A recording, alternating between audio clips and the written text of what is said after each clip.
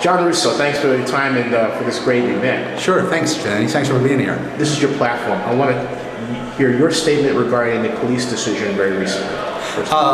You mean about the police chief? Yes. Well, I think it's a shame that he left, and I think it points out that when there's weak leadership at City Hall all around, that people start firing on each other. In difficult circumstances, we really need leadership to be working in concert. This is not the time for Oakland leadership to be fussing and bickering with each other. So I think it was unfortunate that that Chief Tucker, who I think was a good reform chief, went out the way he did. But also, there were personal matters that had been reported in the paper that were making it difficult for the chief to really continue to do the job. It's a tough job. Do you think it's going to be hard to find another police chief because of that? I think all things being equal, it'll make it a little bit more difficult. But if there's somebody who's a crime-fighting reform chief, whether inside the department or outside the department, who's ready for the challenge, I don't think they would be put off by politics as usual. What about the decision regarding the police officers? I'm very proud of that decision. I think we made an important point, I think particularly in light of the recent Bart Oscar Grant tragedy. The point that we were making was we will not settle this case. Police officers must respond to internal investigations and cannot hide behind the Fifth Amendment. We have got to be able to have officers accountable to their commanders. Now, John, we're at a fundraiser. I support you. I've said so. Thank you. Why are we doing this? Why don't you just run for mayor? Well, you know, I'm not saying I would never do it, but I think you and I have talked about it. I have 10-year-old twin boys, and it would be difficult for me. It's not impossible, but I think it really does sort of restrain my ambition. When the boys are older, I would be delighted someday to have the honor to run and maybe be selected. But right now, it's not my preference in terms of my family, and that's the truth. Are in the habit, and I have the video to prove this, of channeling Sarah Palin. Why don't you just start your own political action committee? I've given that a lot of thought, and I may. And the money we raised tonight goes to my office holder account. That office holder account allows me to contribute to other campaigns. It allows me to give money to nonprofits. It allows me to participate in the life of the city in a way that's meaningful, which means not just words, but money. So that's what this is about. How can people online find and donate if they want to? If someone wanted to donate, they should get in touch with Alex Wynn, and they should just give him a phone call at 541-9941, area code 510. That's the easiest way. Alex Wynn, 510-541-9941. Hey, John, we got to get back to this. Thanks so much. Thanks, Zinni. Confidence and charisma, and I could even say beauty. And no, I'm not introducing John Russo. It's with my pleasure to introduce the Executive Director of the California Land Recycling and I have a pleasure of introducing Stephanie Shadowski.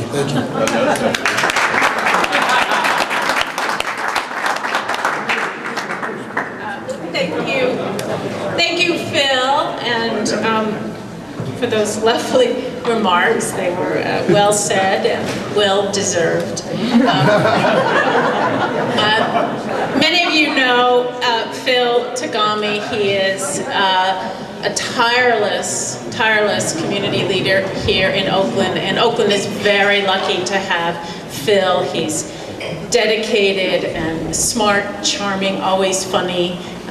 Besides that, he doesn't really impress me much. I am so honored to be here tonight, gentlemen, to celebrate your birthday and introduce you. Many of you know John and I were married, and over the years we've maintained our friendship, and we are confidants, and I think it's just a marvelous tribute to a certain grace, mostly mine.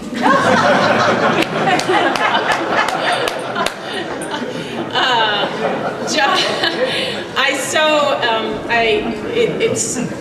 can't believe you're turning 50.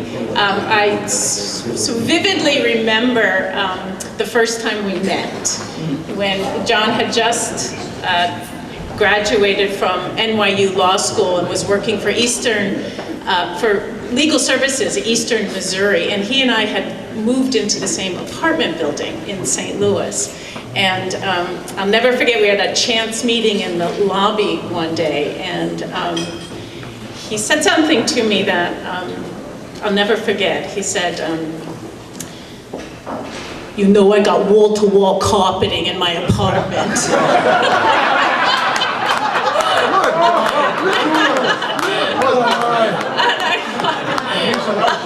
I mean, he just took my breath away. I'm yet to catch it.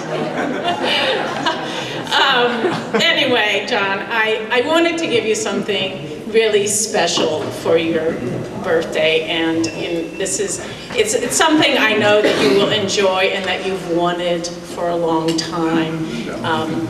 I'm going to let you win an argument.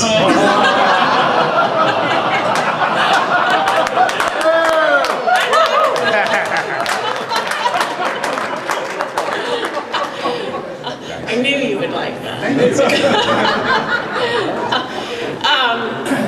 Anyway, before I let John come up and say a few words, I did just want to say a few things about your very distinguished career and public service here in Oakland. John has had a most distinguished career, both as an Oakland City Council member and a city attorney. The California Lawyers Magazine honored John by naming him the California Lawyer of the Year for his handling of the police misconduct suit and for his fiscal prudence. The League of City of California gave John a one and only Champion of Local Democracy award for his work on Proposition 1A, the voter initiative that was designed to keep local revenues local and out of the state coffers. John is smart, hardworking, thoughtful, and always charming. A person of great intellect and noble.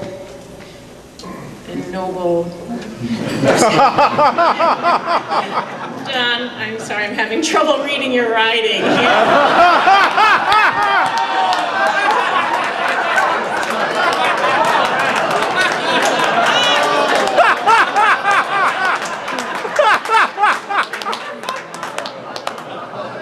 Please help me welcome John Russo, the best city attorney.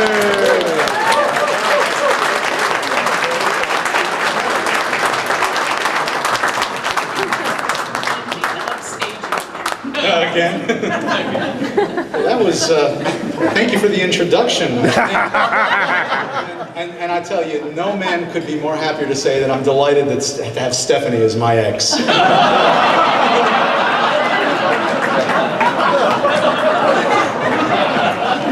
guys We'll be here all week. Don't forget to tip the waitress. You know, if I get started with thanking everybody, first of all, thanks to all of you for coming out. This is way beyond, I think, what we anticipated in terms of a turnout. We're really, I'm just delighted to have so many folks here, friends, new friends, longtime friends. When you turn 50, there are no old friends.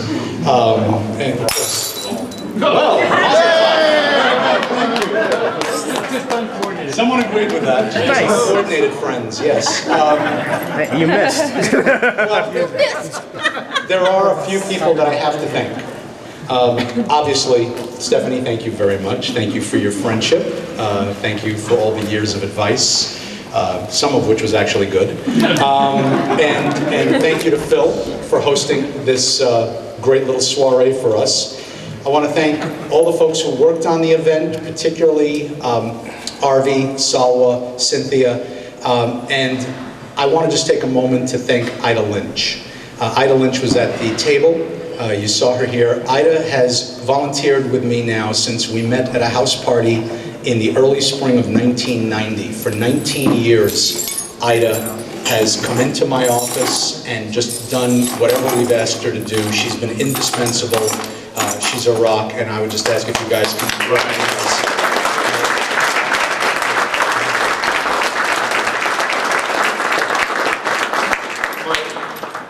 I thank my sons for being here, although I know they're bored out of their minds. So my sons Sam and Gabe, who are up front. And last but not least, I want to thank Alex Wynn and Alex Katz, also known as the Alexes of Evil, for all of their contributions day to day, and how much grief they take from me and how well they serve the city, notwithstanding my best efforts to frustrate and annoy them on an almost daily basis. We quit.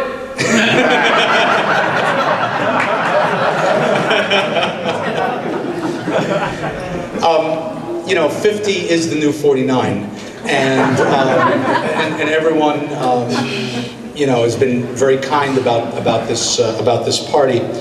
Now, I don't have the ability anymore to just roll off a speech off the top of my head, so you're going to forgive me, because there's a couple of things to have a gathering of so many people who care about Oakland in one place. I just ask you to forgive me, because I'm going to refer to a couple of notes. It's not that long. We want to get you guys talking with each other again, but I want to talk a little bit about Oakland, because Oakland has really experienced something of a rough patch over the past several months particularly. And I'm actually very optimistic about Oakland. I'm still optimistic about Oakland. Lord, I have to be. This is my 15th year as an elected official here. I've committed my life to it, and my kids are, you know, growing up here. But there are a couple of things we should talk about, that we should be clear about with the city going forward. You know, I begin a new phase here by turning 50. And by the way, today's not actually my birthday. February 6th was my birthday. It is the definition of an anticlimax, because I share my birthday. It's Babe Ruth, Ronald Reagan, John Russo. And it's in the dictionary, you can find it. But by any objective measure, fellow Oaklanders and business people in Oakland, Oakland's government is in a crisis. We have to bluntly acknowledge the gravity of this situation if we're going to do what needs to be done to pull this organization, the City of Oakland, and the city itself back from the precipice upon which we're poised. Now, it's a financial precipice. In the coming months, the mayor and the city council, I don't envy them. They have a huge budget deficit. They are going to have to make some terrible choices. The truth is that 5 months from now, the City of Oakland will need to be a significantly smaller organization than it is today. And the changes that are necessary to put this organization back on the right track are going to be so difficult precisely because they will be popular with nobody. They will not be popular with the public. They will not be popular with public employees. They will not be popular with the press. But the truth is, it has to be done. And what makes this such a terrible set of choices for the city council is, usually in a crisis, you have to choose between the things you want and the things you need. That's hard enough, because often the things you want are the ones that are popular. But this is a much more difficult case, because the council and the mayor are going to have to choose between the things they need, or we need, and the things that are absolutely essential for this organization to survive intact going forward. Those are some horrible choices. Now, I've been kicking around City Hall for a long time. We have got to focus on public safety. We have to get this town's reputation back where it ought to be. As long as public safety is not being handled with adequate resources, we need resources that are adequate to the task. If we don't have those types of resources, and we are not able to properly compensate our public safety people, to keep them here, to not have them retire at 50, to make this a place that's worth working, if we cannot do that, then we will forever lag behind the rest of Northern California in the quality of our public education, in the quality of our economy, both in terms of its diversity and its depth. The linchpin has got to be public safety. It's not just about the perception of public safety, it is also the reality of public safety. And although it's not true of many people in this room, mercifully for all of us, far too many good people live in Oakland under siege. Now, we've tried, I see a couple of my law court attorneys are here, for which I'm grateful. We've tried in my office to go block by block to try to turn some blocks around. And we've had some successes and we've had some losses as well. When we've been successful, we've been able to change people's lives. That type of on-the-ground attention to detail, as Phil would say, time on task, has got to be brought to bear. We don't need any more highfalutin rhetoric. What we need is strong strategic sense and courage in order to make the changes that need to be made here in Oakland. You know, anyone knows, you hear all the time, people say, City of Oakland can't do anything. Anyone who's gotten a ticket 30 seconds after their car meter ran out knows that the city can be very effective and efficient when it wants to be. And just ask the lady, Steph, you be careful your car, yeah, I'll get towed. You know, ask the lady who's being fined $3,000 for leaving her garbage cart out for 2 days. We are all over people when we want to be. But when it comes to delivering services to our people, we don't bring time to task. We don't bring the kind of attention and devotion to service that we ought to be doing. We ought to be demanding more from our people. We can do this. This is not an incapable city. We have smart, devoted, creative, talented people in the public and the private sector. Look at the Fox Theater. All right, Phil?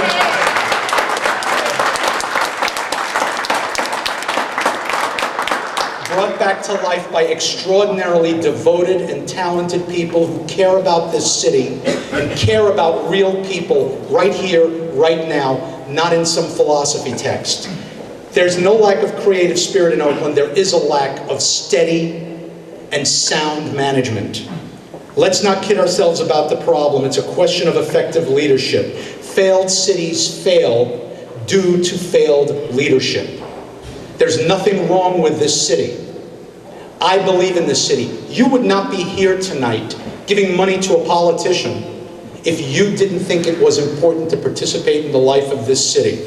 It's absolutely critical. We don't need leadership that looks at Oakland as some type of abstract problem. We need folks who care about fixing the potholes, who care about solving crimes, who care about the schools. That's what we need. Enough talk. Let's get some real leadership in here. You know, great opportunities always present themselves in a cloak of crisis. And we're certainly in a crisis right now. But if